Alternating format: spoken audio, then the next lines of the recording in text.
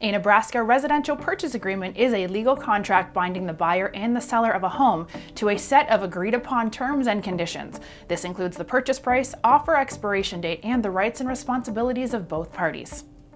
In this video, we'll cover how a residential purchase agreement works, the legal requirements in Nebraska, and what you'll need to create one.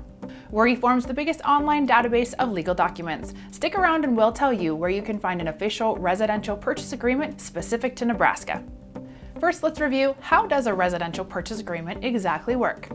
If someone is interested in making an official offer on a home, they must present the seller with a residential purchase agreement. This document states how much the buyer is willing to pay for it, how it will be financed, when the offer will expire, and any contingencies that must be met. It may take some negotiation between the buyer and the seller to agree on all parts of the contract. Once an agreement is met, both parties sign the document, making it legally bound.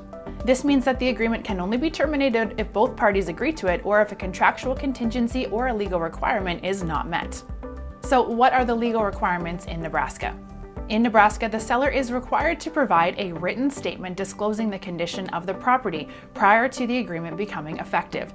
The state's official disclosure form includes required reporting on the property's appliances, electrical systems, structural conditions, and more. In addition, federal law requires sellers to provide a disclosure about lead-based paint exposure if the residence was built before 1978. Now that we know more about how a residential purchase agreement works and what is legally required, here are some things that you should do to make sure the process goes soundly.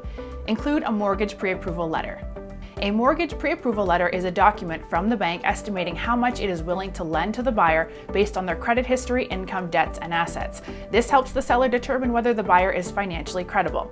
Offer an earnest money deposit. An earnest money deposit is a percentage of the offer and provided to the seller as a show of good faith. It is written into the residential purchase agreement and typically delivered when the agreement is signed. Use an addendum to modify or add to the agreement.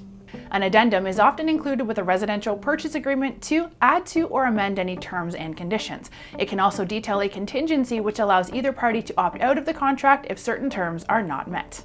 If you are in need of an official Nebraska residential purchase agreement, you can get started by clicking the link here. Also hit that subscribe button for more videos that help simplify the legal process for everything ranging from buying or selling a house to making a will.